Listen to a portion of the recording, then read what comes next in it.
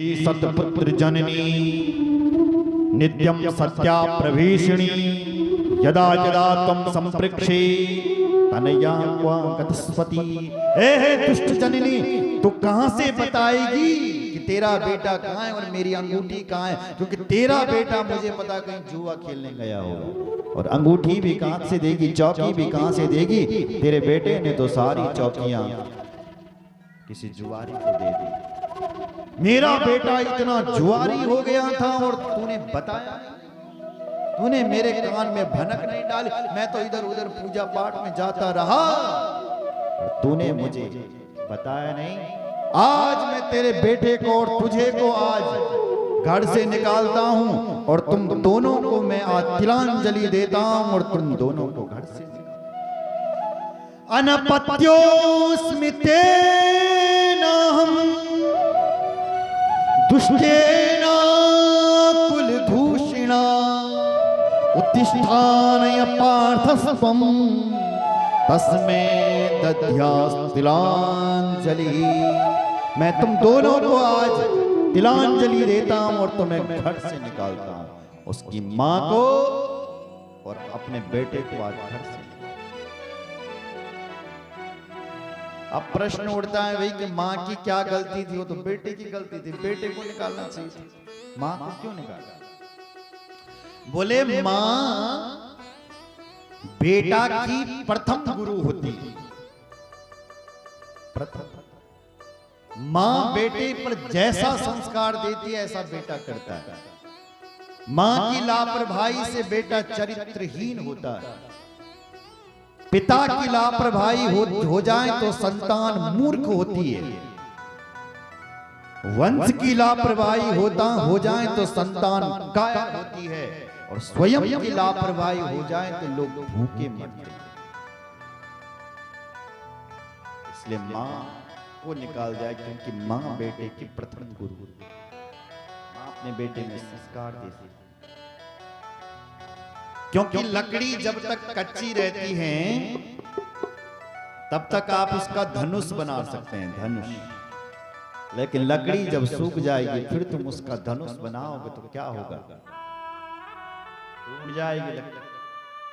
इसलिए मां जब तक बेटा छोटा है तब तक उसको अच्छे रास्ते पर अच्छी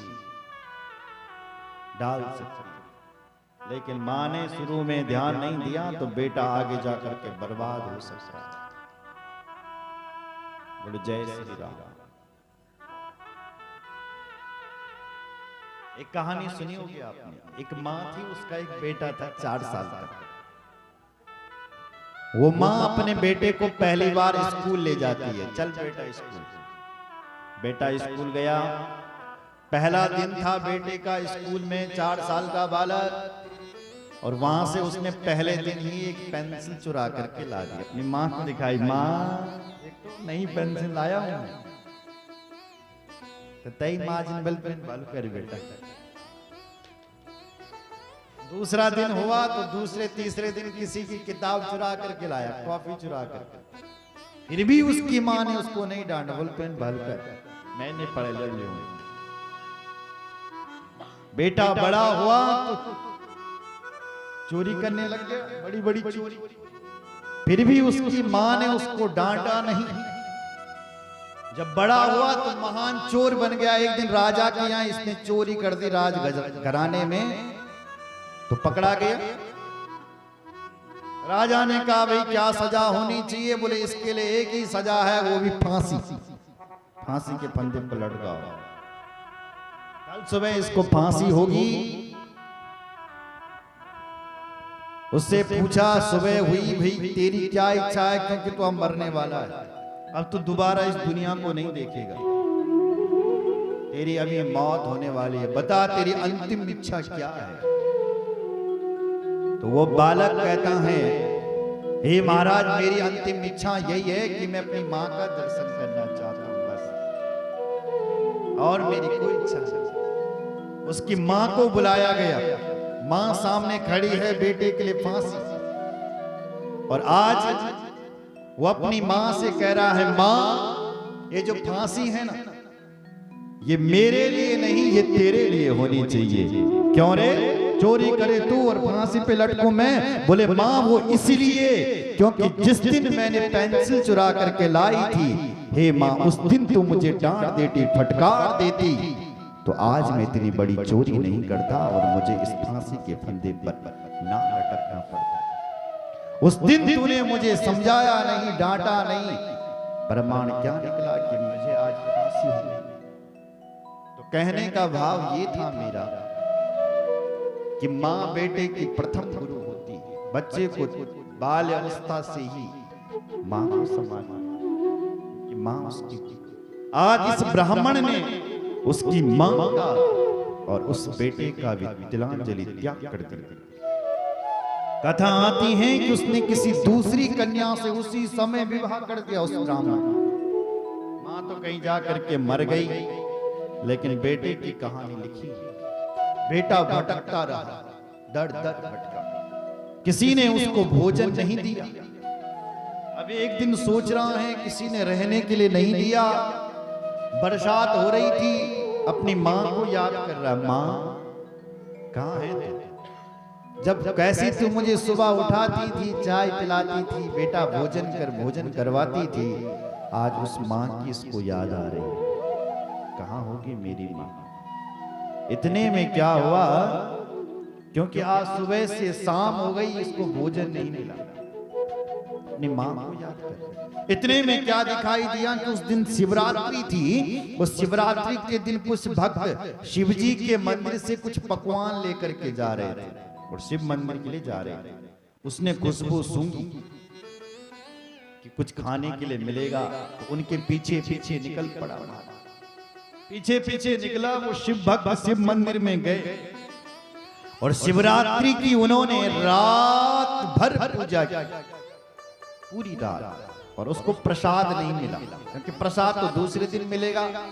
जब रात खुलेगी तो अब क्या होगा भाई, प्रसाद कैसे मिलेगा?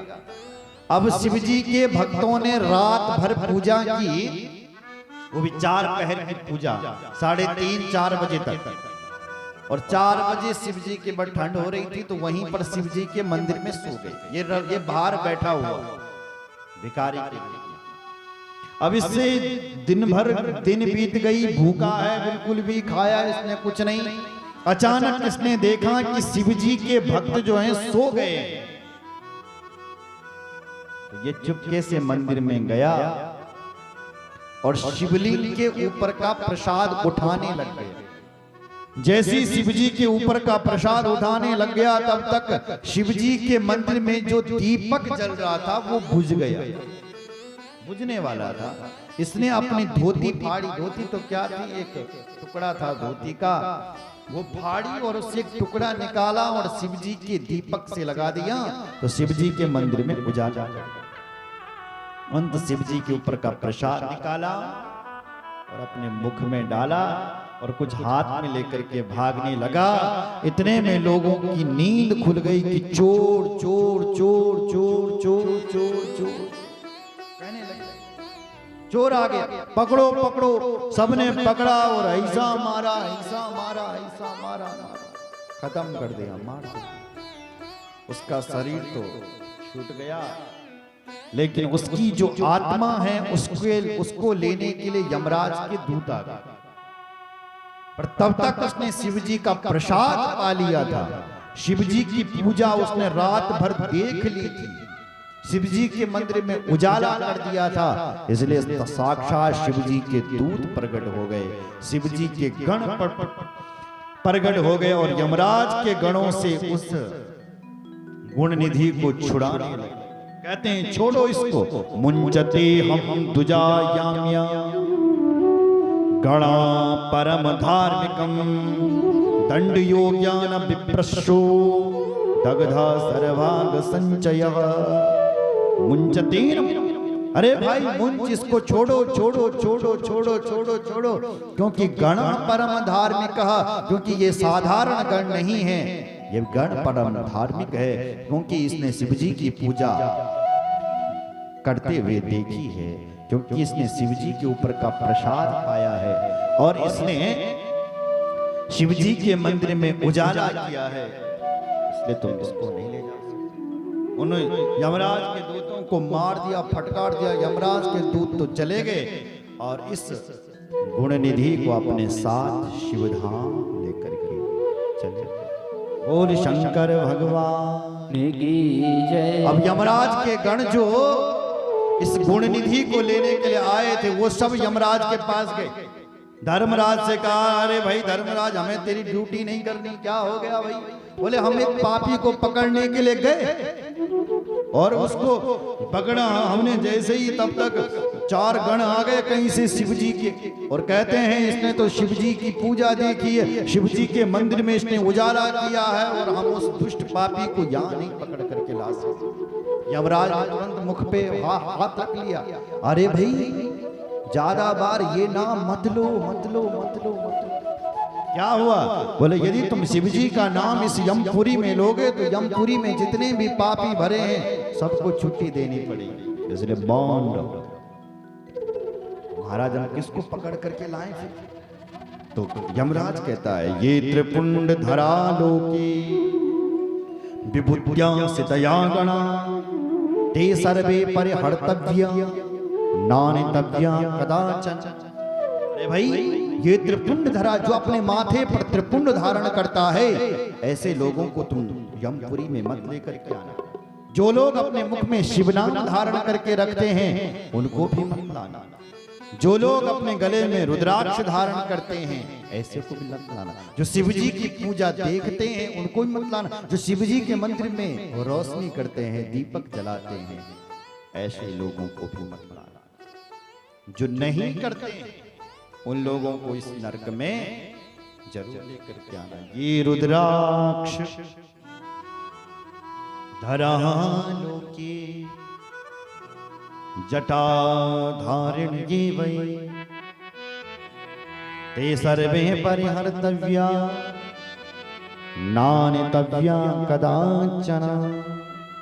जो भस्म धारण, रुद्राक्ष धारण, जो शिव जी का रूप बन करके फिरते हैं, जो शिव जी का भक्त बन करके फिरते हैं, जो शिव जी का होकर के रहते हैं, उन लोगों को यमपुरी मत लेकर के आना।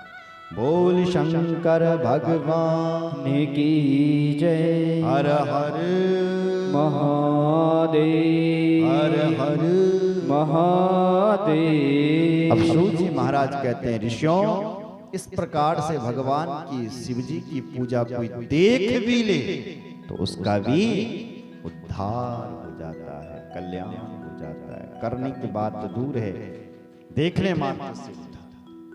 तो यहीं पर ही सृष्टि खंड को विराम देते हैं महाराज, और अब सती खंड में प्रवेश करते हैं। माँ भगवती की सती की कहानी, सती का जन्म कैसे हुआ, शिव जी से सती का ब्याह कैसे हुआ, फिर सती अपने पिताजी के यज्ञ में कैसे गई, वहां उन्होंने अपने प्राणों को कैसे त्यागा, ये सती खंड।